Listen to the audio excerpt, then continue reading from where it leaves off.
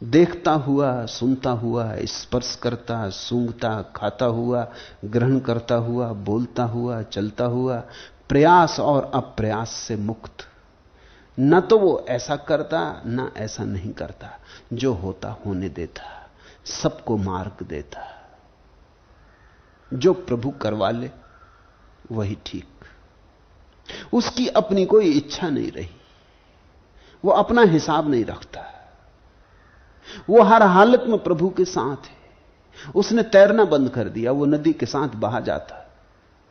इस बहाव का नाम जीवन मुक्ति है। ऐसा महाशय निश्चय ही जीवन मुक्त है। ईहतानी हितई मुक्ता, मुक्ता एव महाशया। मुक्त पुरुष सर्वत्र रस रहित है। वह न निंदा करता, न स्तुति करता, न हर्षित होता, न क्रुद्ध होता, न देता और न लेता है।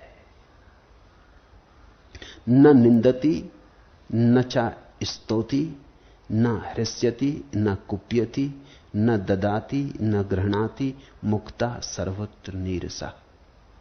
इसे समझना, नीरस से कुछ गलत अर्थ मत ले लेना। मुक्त पुरुष नीरस है क्योंकि उसे परम रस मिल गया। इस जगत में अब उसका रस नहीं रहा। मुक्त पुरुष नीरस है क्योंकि उसे वह मिल गया जिसको हम कहते हैं रसो वैसा। उसने परम धन पा लिया। तुम्हारे ठीकरों में उसे धन नहीं दिखाई पड़ता, इसलिए नहीं कि ठीकरे उसने छोड़ दिए, त्याग दिए। त्यागने योग्य भी उनमें कोई मूल्य नहीं है। उसमें कुछ है ही नहीं जो त्यागा जा सके कि भोगा जा सके। तुम जिन जिन चीजों में रस लेते उसका रस खो जाता। तुम जहां जागे वहां वह सो जाता, तुम जहां सोए वहां वह जाग जाता। एक परम रस पैदा हुआ है। अब अहिर्निश अमृत की धार बरस रही। अब जहर को कौन पिए, किस लिए पिए? तुम जैसे रस कह रहे हो वो रस नहीं है, क्योंकि अगर रस होता तो तुम्हारे जीवन में रस मुग्धता आ गई होती, तुम रसपूर्ण हो गए होते। तुम्हारे जीवन में महोत्सव फलता, फूल खिलते, नाच होता, उत्सव होता। कुछ भी तो नहीं है। तुम रूखे सूखे मरुस्थल जैसे पड़े हो, थके हारे, सर्वहारा, सब खोए पड़े हो। तुम्हारे जीवन में कहीं भी तो कोई फूल खिलता मालूम नहीं होता। कांटे ही कांटे तुम्हारे जीवन में फैल गए।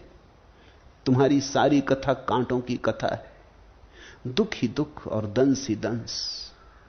और तुम कहते हो रस। तुम जरूर किसी गलत चीज को रस कह रहे हो। जहां रस नहीं है वहां तुम रस देख रहे हो। इस रस का तो विसर्जन हो जाता है। इसलिए सूत्र कहता है नीरसा। वैसा परम ज्ञानी नीरस हो जाता। तुम्हारे रस की दृष्टि से, तुम्हारी भाषा में नीरस हो जाता। लेकिन अगर तुम दूसरी तरफ से देखो, ज्ञानी की तरफ से देखो, तो वो पहली दफा रस से भरता, वो रस का सागर हो जाता। उसके जीवन में महाकाव्य पैदा होता है। उसके जीवन में बड़ा संगीत जन्म लेता है। उसके जीवन में विराट की वीणा बजती और परमात्मा के प्रसून खिलते। उस अर्थ में वो नीरस नहीं है। यह मैं तुम्हें स्पष्ट कर दूं, क्योंकि तुम्हारे साथ सदा खतरा है। तुम्हारे साथ खतरा यह है कि तुम नीरस आदमियों को ज्ञानी समझ सकते हो। तुमने ऐसे बहुत से ज्ञानी बना बिठा रखे हैं चारों तरफ, जिनके भीतर कुछ भी नहीं है, जो बिल्कुल सूखे। बाहर का छोड़ दिया, भीतर का हुआ नहीं।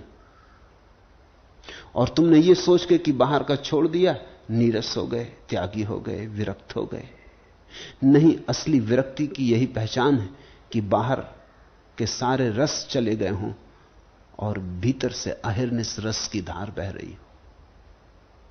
तुम जहां रस देखते हो वहां रस न दिखाई पड़ता हो, और फिर भी जीवन में एक परम रस हो।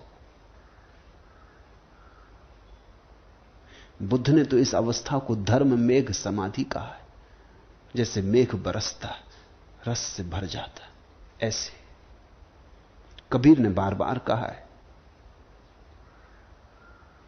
कि खूब घने मेघ घिर गए, अमृत की वर्षा हो रही, और कबीर मगन होकर नाच रहा।